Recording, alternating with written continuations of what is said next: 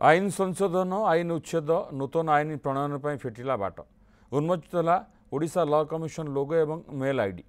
Odisha law commission chairman justice Biswanath रथक अध्यक्षतार विधिबद्ध भाव लोगो एवं इमेल आईडी उन्मोचन होती।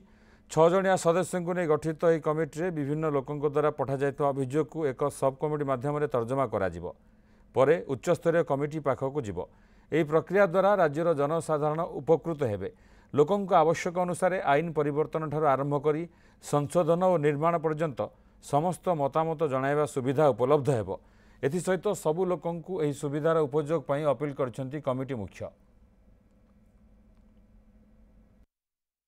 प्रथम कार्य कमिशन रो आज लोगो रिलीज कला। देन द्वितीय काम कार्य हिसाब रे कमिशन तांकर मेल आईडी रिलीज कला।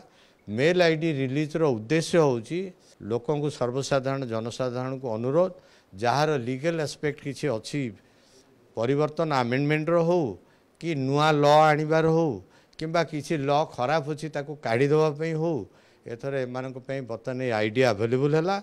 जे कहीं चाहिए लॉ कमिशन को तांकर दरखास्त उपस्थापना करि परिबे। आईडी जरिया रे आजिकल आ चिठी लिखिबार आवश्यक नहीं। मेल आईडी रे देले आमे लॉ कमिशन आमे ताको तर्जमा करिवु तार जहाँ परिणाम आसिबो आमे सरकार को अनुमोदन करिवु।